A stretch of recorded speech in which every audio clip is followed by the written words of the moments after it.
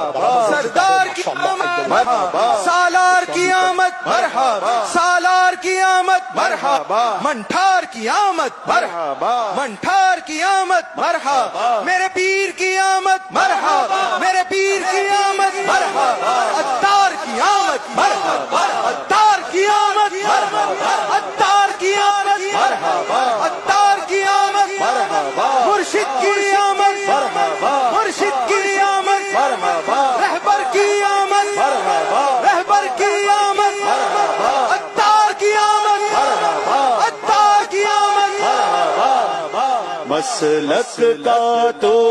امام ہے الیاس قادری،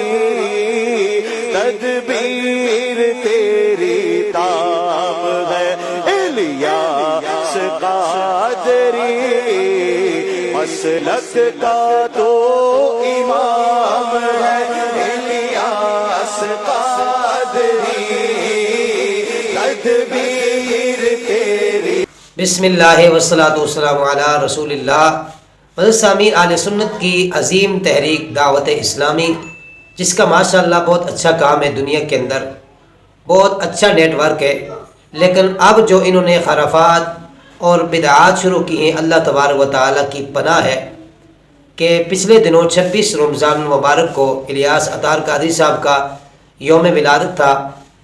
اس کے اوپر انہوں نے جو خرافات کیے، اللہ تبارک و تعالیٰ کی پناہ ہے، اور دیگر جو مسالک کے لوگ ہیں وہ اہل سنت پہ انگلیاں اٹھا رہے ہیں کہ یہ دیکھیں یہ کیا کر رہے ہیں، اور اہل سنت کو اب منہ چھپانا پڑ رہا ہے۔ کیا تھا جی؟ وہ نعرے لگائے گئے کہ جو ہمارے ہاں اہل سنت کے ہاں رسول اللہ صلی اللہ علیہ وآلہ وسلم کی ولادت کے موقع پر ہم رسول اللہ صلی اللہ علیہ وآلہ وسلم کے لیے بطور خاص وہ نعرے استعمال کرتے ہیں، وہ نعرے بطور خاص رسول اللہ صلی اللہ علیہ وآلہ وسلم کی ذات کے لیے ہم لگاتے ہیں، اور پھر جھنڈیاں اٹھائے گی۔ پہلی بات ان سے یہ پوچھا جائے کہ کیا کسی پیر کا یوم ولادت منانا یہ قرآن سے حدیث سے کہیں سے ثابت ہے؟ اگر یہ چیز قرآن و حدیث سے ثابت نہیں تو ایسی بدعت، ایسی خرافات دین کے اندر نکالنا یہ کہاں سے تم لے کے آگے ہو؟ کون سی ضروری بات ہے کہ ان کا جشن منایا جائے؟ ٹھیک ہے، ولادت آپ مناتے، مسئلے والی بات نہیں ہے، لیکن اس طرح جھنڈیاں اٹھا کر اور پھر وہ نعرے اللہ اکبر، لا حول ولا قوت الا باللہ، یہ رسول اللہ صلی اللہ تعالیٰ علیہ وآلہ وسلم کی میں سمجھتا ہوں یہ گستاخی ہے اور توہین ہے کہ جو نعرے رسول اللہ صلی اللہ علیہ وآلہ وسلم کے لیے خاص ہیں وہ ایک پیر کے لیے استعمال کیے جائیں، اور پھر اگر ان کو بتایا جائے، ان کی توجہ دلائی جائے تو ان کے پال تو اٹھ کر بکواسات اور گالیوں پہ اتر آئے۔ یہ ہوتی ہے شخصیت پرستی، دین پرستی نہیں ہے۔ رسول اللہ صلی اللہ تعالیٰ علیہ وآلہ وسلم کی تعلیمات کے مطابق زندگی گزاریں۔ رسول اللہ صلی اللہ تعالیٰ علیہ وآلہ وسلم نے جو تعلیمات دی اس کے اگر آگے پیچھے کوئی بھی ہو رہا ہے، چاہے وہ اپنے مسلک کا ہے یا دوسرے مسلک کا ہے، حق بات تو یہ کہ اگر وہ اپنے مسلک کا بھی ہے تو اس کو بتایا جائے کہ آپ یہ غلط کر رہے ہیں۔ اگر بندہ حق بات اپنے پہ آئے تو وہاں بول نہ سکے تو سمجھ نہیں یہاں پہ شخصیت پرستی ہے، یہ دین پرستی نہیں ہے، اور یہ حقیقت نہیں ہے۔ سچا بندہ وہ ہوتا ہے جو اگر اپنا بندہ بھی غلط بات کر رہا ہے، غلط کام کر رہا ہے تو اس کو بتائے،